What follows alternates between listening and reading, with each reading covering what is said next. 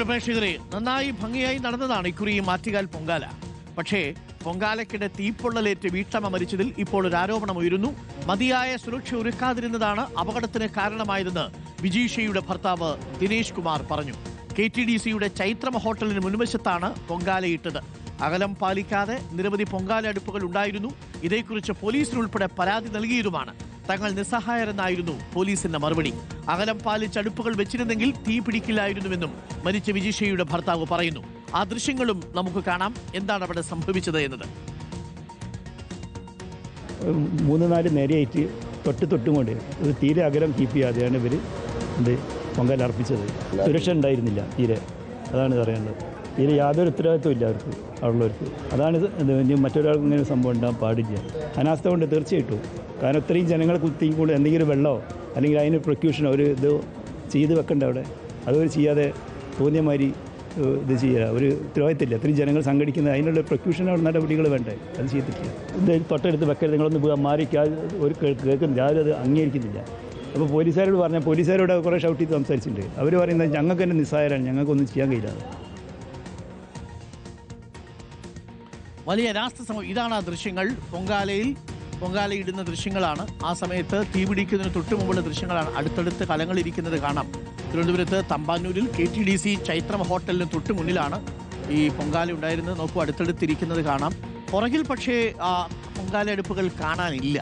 തൊട്ട് മുന്നിലാണ് ചേർത്ത് വെച്ചിരിക്കുന്നത്. അവിടെ ഒരു അപകടമുണ്ടായാൽ പെട്ടെന്ന് അവിടെ വെള്ളം തെളിക്കാനുള്ള സംവിധാനമൊന്നും ഉണ്ടായിരുന്നില്ല എന്നതാണ് മനസ്സിലാക്കുന്നത്. 60% വിജീഷയ്ക്ക് പൊള്ളലേറ്റത്. ഇതിലാണിപ്പോൾ പരാതിയുമായിട്ട് കുടുംബം, വിജീഷയുടെ ഭർത്താവ് രംഗത്ത് വന്നിരിക്കുന്നത്. വലിയ അനാസ്ഥയാണ് സംഭവിച്ചിരിക്കുന്നത് എന്നുള്ളതാണ്. യഥാർത്ഥത്തിൽ ഇതൊരിക്കലും ആവർത്തിക്കാൻ പാടില്ലാത്ത ഒരു സംഭവമാണ്. അഭിജിത്ത് മുഴക്കുന്നും സുനിഷ അയലൂരും തത്സമയം ചേരുന്നു. അഭിജിത്ത് മുഴക്കുന്ന കോഴിക്കോട് നിന്നും സുനിഷ അയലൂർ ഇപ്പോൾ സ്പോട്ടിൽ നിന്നുമാണ് തത്സമയം നമുക്കൊപ്പം ചേരുക. ആദ്യം അഭിജിത്തിലേക്ക്. അഭിജിത്ത്, ഇതിൽ ഇപ്പോഴും പരാതി നൽകാനായിട്ട് ഉദ്ദേശിക്കുന്നുണ്ടോ? വലിയ അനാസ്ഥയാണ് എന്നുള്ളൊരു പ്രതികരണം ഇപ്പോൾ ഈ വിജീഷയുടെ ഭർത്താവിന്റെ ഭാഗത്തുനിന്നുണ്ടായി. നേരത്തെ തന്നെ ഇത് അപകടകരമായ രീതിയിലാണ് പൊങ്കാല ഇടുന്നത് എന്നുള്ള വിവരം പോലീസുകാരെ ധരിപ്പിച്ചിരുന്നു. പക്ഷേ പോലീസ് നിസ്സഹായരായിരുന്നു എന്നാണ് പറഞ്ഞതെന്നാണ് പറയുന്നത്. അപ്പോൾ വേണ്ടത്ര അകലം പാലിക്കാതെയാണോ ആ ഭാഗത്ത് പൊങ്കാല ഇട്ടത്? അഭിജിത്ത് മുഴക്കുന്ന അങ്ങനെയാണോ ആരോപണം? പരാതി കൊടുക്കുമോ അവൻ? തീർച്ചയായും അരുൺ, അങ്ങനെ തന്നെയാണ് ഇപ്പോൾ വിജീഷയുടെ കുടുംബം ആരോപിക്കുന്നത്. പലപ്പോഴും ഈ പൊങ്കാല അടുപ്പുകൾ തമ്മിലുള്ള അകലം അതൊരു പ്രശ്നമായി നമുക്ക് തോന്നാറുണ്ട്. കൃത്യമായ രീതിയിലുള്ള അകലം പാലിച്ചല്ല, അതൊരു അപകട സാധ്യതയ്ക്ക് വരെ കാരണമായേക്കാം എന്നുള്ളൊരു കാര്യവും നമ്മൾ ചിന്തിക്കാറുണ്ട്. പക്ഷേ അതൊരു അപകടത്തിലേക്ക് എത്തിയപ്പോഴാണ് അതിൻ്റെ ഗൗരവം നമ്മൾ മനസ്സിലാക്കുന്നത്. വെസ്റ്റ് ഹിൽ സ്വദേശിയായ വിജിഷ ഈ പൊങ്കാലയുടെ തൊട്ട് തലേ ദിവസമാണ് തിരുവനന്തപുരത്തേക്ക് പോകുന്നത്. KTDCയിലെ ചൈത്രം ഹോട്ടലിൽ അവർ മുറിയെടുത്തു. പിന്നാലെ പൊങ്കാലയുടെ അന്ന് ഈ ഹോട്ടലിന് മുൻവശത്ത് വെച്ചാണ് ഇവർ പൊങ്കാല ഇടുന്നത്. അതിനിടയിൽ തന്നെ ഈ അടുപ്പുകൾ തമ്മിൽ വേണ്ടത്ര അകലമില്ല. ഇതൊരു പക്ഷേ വലിയ അപകടത്തിന് സാധ്യതയായേക്കാം, ഉണ്ടായേക്കാം, അതിന് കാരണമായേക്കാം എന്നുള്ളൊരു പരാതി അത് ഈ അധികൃതരോടും ഒപ്പം പോലീസിനോട് ഉൾപ്പെടെ പറഞ്ഞിരുന്നു എന്നുള്ളതാണ് ഇപ്പോൾ കുടുംബം പറയുന്നത്. അത് വിജിഷയുടെ ഒപ്പം പോയ വിജിഷയുടെ സുഹൃത്തുക്കളും ഇക്കാര്യം പറഞ്ഞിരുന്നു. പക്ഷേ തങ്ങൾ നിസ്സഹായരാണ് എന്നുള്ള മറുപടിയാണ് ഈ പോലീസുകാർ നൽകിയത് എന്നും ഇവർ ആരോപിക്കുകയാണ്. അതിനിടയിൽ അരുൺ, നമ്മളോട് ഇവർ പറഞ്ഞതനുസരിച്ച് ഇവരുടെ പുറകിൽ നിന്നുള്ള അടുപ്പിൽ നിന്നാണ് വിജിഷയ്ക്ക് തീപ്പൊള്ളൽ ഏൽക്കുന്നത്. അവർ അത് ശ്രദ്ധിച്ചിരുന്നില്ല, അവർക്കത് കാണാനും തിരിച്ചറിയാനും കഴിഞ്ഞില്ല. വസ്ത്രത്തിൽ തീ ആളിപ്പടരുകയായിരുന്നു. അത് ഏതാണ്ട് അരഭാഗം വരെ ആ തീ എത്തിയപ്പോഴാണ് അവർ അത് മനസ്സിലാക്കുന്നതും. ഉടൻ തന്നെ ഇത് അണയ്ക്കാനുള്ള സൗകര്യം അവർ അന്വേഷിച്ചിരുന്നു. പക്ഷേ അതിനും പെട്ടെന്ന് തന്നെ സാധിച്ചില്ല എന്നുള്ളൊരു ആരോപണം കൂടിയുണ്ട്. അതായത് കൃത്യമായ രീതിയിലുള്ള സുരക്ഷ, ഇതുമായി ബന്ധപ്പെട്ട് എന്തെങ്കിലും പ്രശ്നമുണ്ടായിക്കഴിഞ്ഞാൽ അവിടെ വേണ്ട രീതിയിലുള്ള സുരക്ഷാ ക്രമീകരണങ്ങൾ ഉണ്ടായിട്ടില്ല. അത് തന്നെയാണ് ഈ ഒരു ദുരന്തത്തിലേക്ക് വഴിമാറിയത് എന്നുള്ളൊരു കാര്യം കൂടി ഇവർ ഇപ്പോൾ പറയുന്നു. ഏതായാലും തുടർ നടപടികളുമായി ഇവരേതായാലും മുന്നോട്ട് പോകും. തിരുവനന്തപുരം മെഡിക്കൽ കോളേജ് ആശുപത്രിയിലായിരുന്നു വിജിഷയുടെ ചികിത്സ. അതിനുശേഷം ഇന്നലെയാണ് കോഴിക്കോട്ടെ സ്വകാര്യ ആശുപത്രിയിലേക്ക് എത്തിച്ചത് അരുൺ. പക്ഷേ ഇന്ന് രാവിലെയോടുകൂടി തന്നെ വിജിഷയുടെ മരണം സംഭവിക്കുകയായിരുന്നു. ഞാനിപ്പോൾ ഈ സ്വകാര്യ ആശുപത്രിയിലാണുള്ളത്. അല്പസമയത്തിനകം തന്നെ ഇവിടെ ഇൻക്വസ്റ്റ് നടപടികൾ പൂർത്തിയാകും. അതിനുശേഷം പോസ്റ്റ്മോർട്ടം കഴിഞ്ഞാകും ബന്ധുക്കൾക്ക് മൃതദേഹം വിട്ടു നൽകുക. അത് വളരെ ഗുരുതരമായിട്ടുള്ള ആരോപണമാണ് കുടുംബത്തിന്റെ ഭാഗത്ത് നിന്നുണ്ടാവുന്നത്. തീർച്ചയായിട്ടും കോർപ്പറേഷൻ അധികാരികൾ ഇത് ശ്രദ്ധിക്കണം. നമുക്കിപ്പം സുനിഷ അയലൂരുണ്ട്. സുനിഷ അയലൂർ, ആ ദൃശ്യങ്ങളിൽ വ്യക്തമാണ് പൊങ്കാല അടുപ്പുകൾ ഇങ്ങനെ അടുത്തടുത്താണ് വരുന്നത്.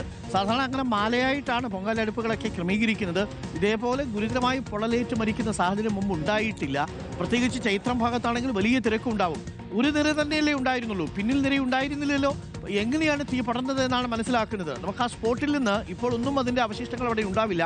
പക്ഷേ എങ്കിലും ഏകദേശം പൊങ്കാലയിട്ട സ്ഥലത്ത് നിൽക്കുമ്പോൾ നമുക്കിത് മനസ്സിലാക്കാൻ സാധിക്കും. സുനിഷ,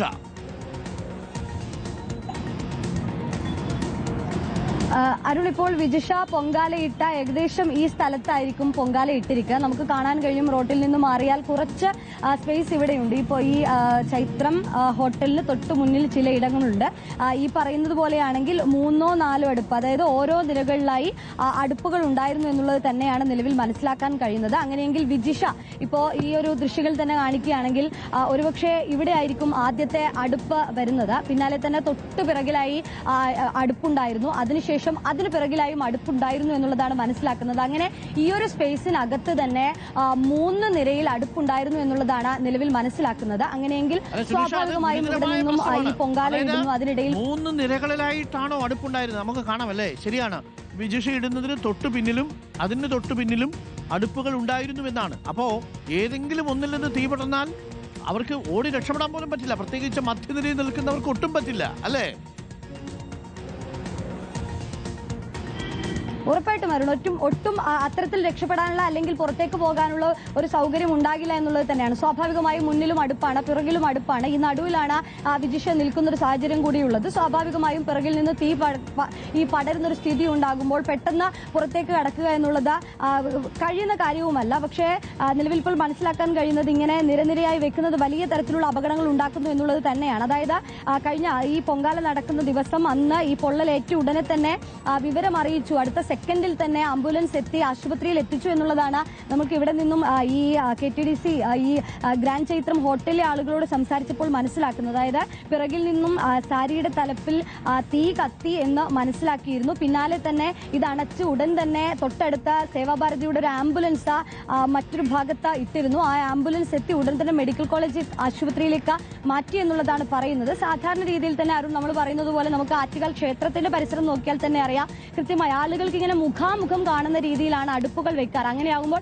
മറ്റു ബുദ്ധിമുട്ടുകളൊന്നുമില്ല. സ്വാഭാവികമായും 2 അടുപ്പുകളും ഇങ്ങനെയാണ് വരുന്നത്. ആളുകൾ ഇങ്ങനെ മുഖാമുഖം കാണുന്ന രീതിയിലാണ് ഇരിക്കാറ്. പക്ഷേ ഇത്തരത്തിൽ നിരനിരയായി അടുപ്പുകൾ വെക്കുമ്പോൾ ഒരാളുടെ പിറകിൽ നിന്നും തീ പടരാനുള്ള സാധ്യത അത് ഏറെക്കുറെ കൂടുതലാണ് എന്നത് തന്നെയാണ്. ഏറെ ശ്രദ്ധയോടെ നിൽക്കണം. സ്വാഭാവികമായും പൊങ്കാല ഇടുന്ന ഒരു സമയത്തൊക്കെ ചില മാറ്റങ്ങൾ അങ്ങോട്ടും ഇങ്ങോട്ടും ഒക്കെ നീങ്ങുന്ന ഒരു സ്ഥിതി ഉണ്ടാകും. മാത്രമാണ് ഇത്രയും കൂടുതൽ അടുപ്പുകൾ വരുന്നത്, അല്ലേ?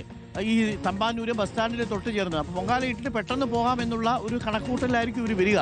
മാത്രമല്ല ഒരാൾക്ക് ഒന്നിലധികം അടുപ്പുകളും ഉണ്ടാവും. അപ്പോ മുമ്പിൽ നിന്നല്ല ഈ വിജിഷയ്ക്ക് തീ പടർന്നിരിക്കുന്നത്, പുറകിലത്തെ അടുപ്പിൽ നിന്നാണ്, അല്ലേ?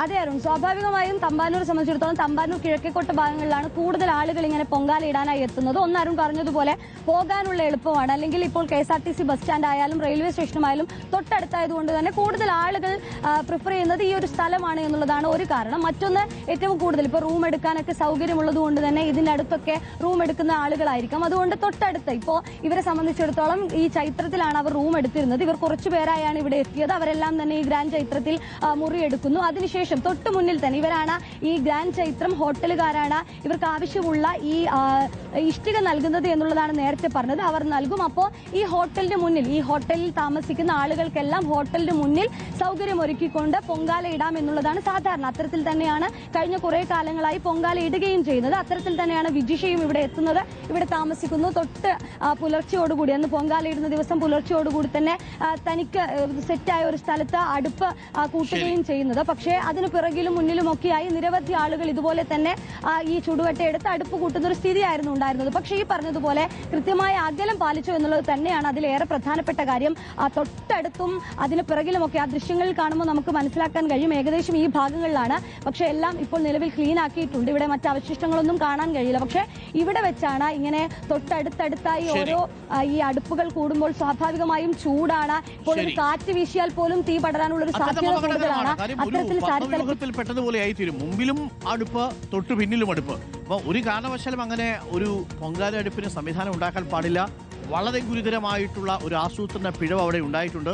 ഒരു പൊങ്കാലയിടാൻ വന്ന ഭക്തയ്ക്കാണ് ഇപ്പോൾ പൊള്ളലേറ്റ് മരണം സംഭവിച്ചിരിക്കുന്നത്. അവർ ആരോപണം ഉന്നയിച്ചിരിക്കുന്നു. കടുത്ത അനാസ്ഥയാണ് അധികൃതരുടെ ഭാഗത്തു നിന്നുണ്ടായതെന്ന് പറയുന്നു. കോർപ്പറേഷൻ അധികാരികൾ തീർച്ചയായിട്ടും അക്കാര്യത്തിൽ മറുപടി പറയണം. കോർപ്പറേഷനാണ് അതിന് ഉത്തരവാദിത്വമുള്ളത്. ഇത്തരം കൃത്യമായിട്ട് ലൈനായിട്ട് അങ്ങനെ വെക്കുന്ന സമയത്ത് പുറകിൽ നിന്നുള്ള അടുപ്പിൽ നിന്ന് തീ പെട്ടെന്നാൽ എന്ത് ചെയ്യും? ഇത് ആലോചിക്കേണ്ട സാമാന്യ ബുദ്ധിയില്ലേ?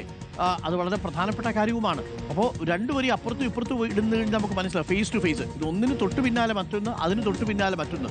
നടുക്കിരിക്കുന്ന പൊങ്കാല ഇടുന്ന അവരുടെ അവസ്ഥ എന്തായിരിക്കുമെന്ന് ആലോചിച്ച് നോക്കൂ. ആ ഭക്തയ്ക്കാണ് ഇപ്പോൾ ജീവൻ നഷ്ടപ്പെട്ടിരിക്കുന്നത്. കുടുംബം പറയുന്നത് പോലെ വിശദമായ അന്വേഷണം വേണം. ഇനി ഒരിക്കലും ഇത്തരത്തിലുള്ള സാഹചര്യം അവിടെ ഉണ്ടാവാനും